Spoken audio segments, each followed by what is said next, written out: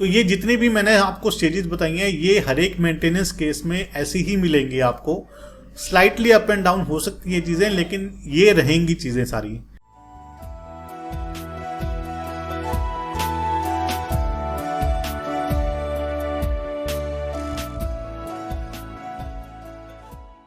नमस्कार दोस्तों, लीगल गुरुकुल में मैं एडवोकेट पीयूष मित्तल आप सभी का स्वागत करता हूं। आशा करता हूं कि आप स्वस्थ होंगे। दोस्तों, आज के इस वीडियो में हम बात करेंगे मेंटेनेंस केस के स्टेजेस की। इससे पहले मैं आपको बता दूं कि मैंने 498A की स्टेजेस के ऊपर भी एक वीडियो बनाया हुआ है, जिसका कि लिंक मैं आपको आई बटन में दे दूंगा और डिस्क्रिप्शन में भी उसका लिंक दे दूंगा। तो वहां जाके आप 498A के स्टेजेस की वीडियो देख सकते हैं। आज हम बात करेंगे मेंटेनेंस केस के स्टेजेस की। देखिए, ये भी एक बहुत ही इम्पॉर्टेंट केस है, क्योंकि पत्नी ये केस डालती है पति के ऊपर। और ये जो स्टेजेस मैं आपको बताऊंगा ये पत्नी के लिए भी ज़रूरी हैं और पति को भी जाननी ज़रूरी है। दोनों को ही ये चीज़ें पता होनी चाहिए कि एक मेंटेनेंस केस में क्या क्या स्टेजेस होती हैं। तो आज के इस वीडियो में हम स्टेप बाय स्टेप देखेंगे, शुरू से फाइलिंग से लेकर के फाइनल जजमेंट तक, कि मेंटेनेंस केस में कैसे कैसे स्टेप बाय स्टेप क्या क्या होता है कोर्ट के अंदर। तो चलिए वीडियो को शुरू करते हैं। और यदि आपको वीडियोस पसंद आ रहे हैं और चैनल को आपने अभी तक सब्सक्राइब नहीं किया है तो चैनल को सब्सक्राइब कर दीजिए, साथ ही नोटिफिकेशन बेल आइकन भी दबा दीजिए ताकि आपको लेटेस्ट वीडियोस की अपडेट मिलती रहे। और साथ ही वीडियो को लाइक और शेयर भी कर दीजिए। और यदि आपकी कोई भी लीगल समस्या है, लीगल क्वेरी है, तो आप मुझे कमेंट सेक्शन में या मेरे ईमेल आईडी पर अपनी लीगल समस्या मुझे भेज सकते हैं, जिसका कि मैं आपको अप्रोप्रिएट सॉल्यूशन बताऊंगा। तो चलिए वीडियो को शुरू करते हैं। देखिए, स्टेजेस पे जाने से पहले मैं आपको बता दूं कि इस वीडियो में मैं ये प्रिज्यूम करके चल रहा हूं कि पति पत्नी के बीच में झगड़ा है और पत्नी अपने पति से खर्चा चाहती है। अब वो अपने लिए भी चाह सकती है और अपने बच्चे के लिए भी खर्चा मांग सकती है। और उनकी जो भी लिटिगेशन से पहले बातचीत होती हैं, कई बार कॉम्प्रोमाइज़ की बात होती है, आपस में पंचायत करते हैं, वो सभी मैं ये मान के चल रहा हूँ कि फेल हो चुकी हैं और अब कोर्ट में केस डालने का टाइम आ गया है। तो इसमें सबसे पहली स्टेज क्या होगी? देखिए, सबसे पहली स्टेज होगी कि वाइफ को मेंटेनेंस पिटीशन या एप्लीकेशन भी कह सकते हैं, उसकी फाइलिंग करनी होगी। और वो फाइलिंग होती है फैमिली कोर्ट में। देखिए, उसमें अब जो फाइलिंग होएगी वो एक एडवोकेट तैयार करेगा। हालांकि इसमें वाइफ खुद भी उसको तैयार कर सकती है, अपने फैक्ट्स बताएगी एडवोकेट को, अगर वो खुद नहीं तैयार कर रही है।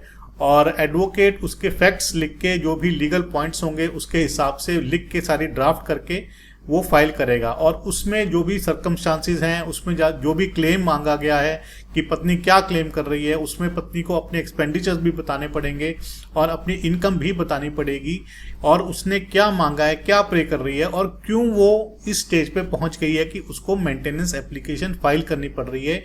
ये सभी फैक्ट्स उसको अपनी मेंटेनेंस पिटीशन या एप्लीकेशन में देने पड़ेंगे फाइलिंग करते हुए। जब मेंटेनेंस पिटीशन डाली जाती है तो उसमें मेन मेंटेनेंस की भी प्रेयर की जाती है और साथ में एक एप्लीकेशन भी लगाई जाती है इंटरिम मेंटेनेंस की। इंटरिम मेंटेनेंस की पिटीशन वो पिटीशन है कि आपको खर्चा मिलता रहे जब तक कि जिस दौरान की ये सारी प्रक्रिया चल रही है, जिस दौरान ये केस चल रहा है। ऐसा नहीं है कि आपको बस बाद में जाके ही मेंटेनेंस मिलेगा, क्योंकि केस चलता है साल, 1.5 साल, 2 साल, तो इस दौरान भी वाइफ को खर्चा मिलता रहे, इसलिए वो इंटरिम मेंटेनेंस की एप्लीकेशन भी लगाती है। तो सबसे पहली स्टेज है फाइलिंग की। उसके बाद आते हैं हम सेकंड स्टेज पे, कि जब आपकी फाइलिंग हो गई है उसके बाद फर्स्ट टाइम जब फैमिली कोर्ट के सामने ये फाइल पुट अप होगी, तो फैमिली कोर्ट इस पिटीशन को, इस एप्लीकेशन को स्क्रूटिनाइज करेगी, उसको देखेगी कि केस बनता है कि नहीं बनता है। तो जब फैमिली कोर्ट ने फाइल को स्क्रूटिनाइज कर लिया, केस बनता है, उसके बाद आती है हमारी थर्ड स्टेज कि अब फैमिली कोर्ट हस्बैंड को नोटिस देगी, उसको सम्मन भेज के बुलाएगी और उसके बाद हस्बैंड अपीयर होगा। सम्मन्स जब उसको जाएंगे वो रिसीव करेगा, उसमें डेट लिखी होगी कब उसको आना है, किस टाइम पे आना है, तब वो फैमिली कोर्ट के सामने इस केस में पेश होगा।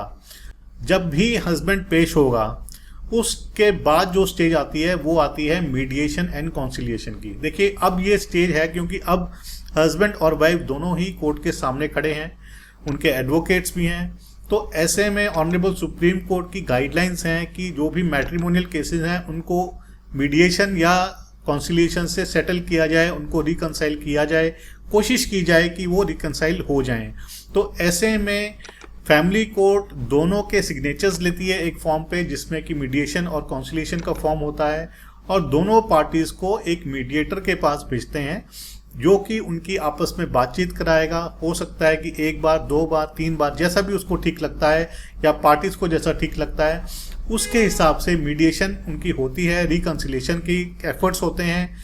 और यदि कुछ पॉजिटिव हो जाता है मीडिएशन कॉन्सिलिएशन में, यदि कुछ पॉजिटिव हो जाता है, कुछ हस्बैंड वाइफ आपस में तैयार हो जाते हैं, चाहे वो अलग रहने के लिए चाहे इकट्ठे रहने के लिए, तो कुछ भी तरह का कुछ सेटलमेंट अगर होता है तो मीडिएशन को सक्सेसफुल कहा जाता है। और उसके बेसिस पे जो भी डॉक्यूमेंटेशन बनती है कि हाँ ये इनका कॉम्प्रोमाइज़ हो गया है और अब ये सारे केस ख़त्म करना चाहते हैं और ये प्रेजेंट केस भी ख़त्म करना चाहते हैं, तो मीडिएशन सक्सेसफुल मानी जाएगी और केस वहीं पे ख़त्म हो जाएगा। लेकिन अगर कोई भी बात नहीं बनती है, पत्नी अपने स्टैंड पे है और पति अपने स्टैंड पे है, कोई भी कॉम्प्रोमाइज़ एडजस्टमेंट नहीं करना चाहता है, तो उसमें हम कहेंगे कि मीडिएशन फेल हो गया है। मीडिएटर जो फाइल है वापस कोर्ट में भेज देते हैं और वो कह देते हैं कि मीडिएशन फेल हो गई है, और फैमिली कोर्ट आगे केस को प्रोसीड करती है जैसे नॉर्मल केस किए जाते हैं ऑन द मेरिट्स। इसके बाद आती है स्टेज अगली, जिसमें कि अब रिप्लाई दिया जाता है हस्बैंड के द्वारा, क्योंकि अब मीडिएशन और कॉन्सिलिएशन में कुछ हुआ नहीं है। अगर फेल हो गई है तो क्योंकि फाइल वापस आ गई है, तो उसके बाद है जो कोर्ट कहेगी हस्बैंड को कि आप अपना रिप्लाई फाइल करो, और रिप्लाई जो होगा उसका मेन जो मेंटेनेंस की पिटीशन होगी उसका भी देना है उसने, और इंटरिम मेंटेनेंस की यदि कोई एप्लीकेशन है तो उसका भी उसने रिप्लाई देना है। तो दोनों ही रिप्लाई हस्बैंड फाइल करेगा। हस्बैंड जब अपना रिप्लाई फाइल करेगा तो वो उसमें अपनी जो भी डिफेंस उसने लेनी है कि खर्चा बनना चाहिए नहीं बनना चाहिए, उसके कितने डिपेंडेंट हैं, वाइफ की कितनी इनकम वो डिस्क्लोज कर रहा है, ये सभी चीज़ें वो अपनी डिफेंस में अपने रिप्लाई में लिखेगा और अपना रिप्लाई फाइल करेगा। नेक्स्ट स्टेज पे चलते हैं। इसके बाद कोर्ट दोनों पार्टीज को कहती है कि आप अपने अपने इनकम एफिडेविट आप फाइल कीजिए। ये लेटेस्ट जजमेंट है ऑनरेबल सुप्रीम कोर्ट की रजनीश वर्सेस नेहा। तो इसके बेसिस पर जो भी इनकम एफिडेविट है जिसमें कि उसकी इनकम, एसेट्स और लाइबिलिटीज होंगी, पति ने अपना फाइल करना है और पत्नी ने अपना फाइल करना है, दोनों की ही कोर्ट मंगाएगी।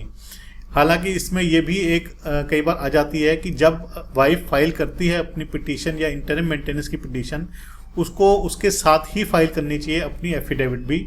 लेकिन अगर वो नहीं करती है तो ये चीज़ बाद में भी हो सकती है जब रिप्लाई आ जाता है हस्बैंड के द्वारा, या हस्बैंड को भी कह सकते हैं कि आप रिप्लाई के साथ में अपना इनकम एफिडेविट फाइल कीजिए, और उसकी साथ ही वाइफ को कह देते हैं कि आप भी अपना इनकम एफिडेविट या जो भी एसेट्स का एफिडेविट है वो फाइल कीजिए। तो इस तरह दोनों के ही एफिडेविट्स कोर्ट के सामने आ जाते हैं जिसमें कि उनकी इनकम, एसेट्स और लाइबिलिटीज होती हैं। इस स्टेज के बाद अब बात आती है इंटरिम मेंटेनेंस की। देखिए ये सारी प्रक्रिया जो एफिडेविट की है ये इंटरिम मेंटेनेंस की बहस से, आर्गुमेंट से पहले ही होनी चाहिए, क्योंकि तभी कोर्ट के सामने सारे तथ्य क्लियर आएंगे, हस्बैंड के भी वाइफ के भी, और उसके बाद ही कोर्ट इंटरिम मेंटेनेंस की एप्लीकेशन पे सुनवाई करेगी। इंटरिम मेंटेनेंस जैसे मैंने आपको बताया कि कार्रवाई जो भी केस चल रहा है उसके दौरान जो खर्चा है वो बांधा जाएगा। तो उस टाइम पे एफिडेविट्स को बड़े ध्यान से कोर्ट देखती है कि कौन क्या डिक्लेयर कर रहा है, कितना डिक्लेयर कर रहा है और क्या प्रूफ लगा रहा है, तो उसके हिसाब से इंटरिम मेंटेनेंस वाइफ का डिसाइड किया जाता है। तो इस स्टेज पे जो इंटरिम मेंटेनेंस की बहस है वो होती है और उसके बाद इंटरिम मेंटेनेंस पे ऑर्डर किया जाता है। देखिए इंटरिम मेंटेनेंस फिक्स होने के बाद केस के इश्यूज फ्रेम होते हैं, क्योंकि अभी केस आगे चलना है। तो अगली स्टेज होती है कि केस में framing of issues. Framing of issues के बाद कि उसमें क्या क्या मेन कंटेंशंस हैं, कि वाइफ क्या कह रही है, हस्बैंड क्या कह रहा है, तो उसमें से कुछ इश्यूज निकाले जाते हैं और उसका बर्डन ऑफ प्रूफ भी कुछ का वाइफ के ऊपर होगा, कुछ का हस्बैंड के ऊपर होगा। जो चीज़ जो क्लेम कर रहा है तो उसका उसके ऊपर बर्डन ऑफ प्रूफ होगा। तो इस तरह से इश्यूज फ्रेम किए जाते हैं और उसकी अगली स्टेज आती है एविडेंस की। अब देखिए ये जो एविडेंस होगा ये फाइनल मेंटेनेंस को डिसाइड करेगा।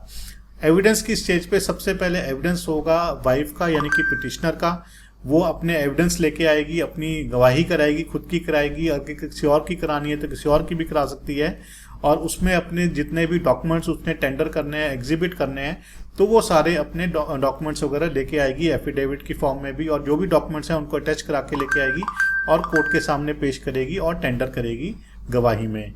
अब इस स्टेज पे जो अपोजिट पार्टी है यानी कि हस्बैंड है, इसको हम रिस्पोंडेंट भी बोलते हैं, तो उसके पास ये मौका है कि वो जो भी एफिडेविट लेके आई है, जो भी उसने अपने एग्जामिनेशन इन चीफ में कहा है, डॉक्यूमेंट्स लेके आई है, तो उसको क्रॉस एग्जामिन करने का टाइम है हस्बैंड का। तो जब वाइफ की एविडेंस होगी तो क्रॉस एग्जामिन करेगा हस्बैंड या उसका लॉयर। तो ऐसे ही जब वाइफ के एविडेंस खत्म हो जाएगा तो वो अपना एविडेंस क्लोज कर देगी। उसके बाद मौका दिया जाएगा हस्बैंड को कि वो अपना एविडेंस लेके आए। इसी तरह हस्बैंड भी अपना एविडेंस लेके आएगा, अपना एफिडेविट देगा, अपने डॉक्यूमेंट्स देगा जो भी उसने अपनी सपोर्ट में देने हैं, और कोर्ट में टेंडर करके एग्जिबिट्स वगैरह लगाएगा। तो इस स्टेज पे जो वाइफ है या उसका लॉयर है वो हस्बैंड को क्रॉस एग्जामिनेशन करेंगे, उससे क्रॉस क्वेश्चन करेंगे, अपने मतलब की बात निकलवाने की कोशिश करेंगे। तो ये प्रक्रिया होती है कि एविडेंस में सबसे पहले एविडेंस होता है वाइफ का, उसके बाद होता है एविडेंस होता है हस्बैंड का। जब हस्बैंड का भी एविडेंस क्लोज हो जाता है, यानी कि अब दोनों पार्टीज ने अपने अपने एविडेंसेस लीड कर लिए हैं और अपने अपने एविडेंस को क्लोज भी कर दिया है, तो उसके बाद आ जाती है स्टेज फाइनल आर्ग्यूमेंट्स की। अब जैसे कि आपको नाम से ही पता लग रहा है कि ये स्टेज फाइनल जजमेंट से पहले की स्टेज है, क्योंकि अब सब चीज़ें कोर्ट फाइल में आ गई हैं।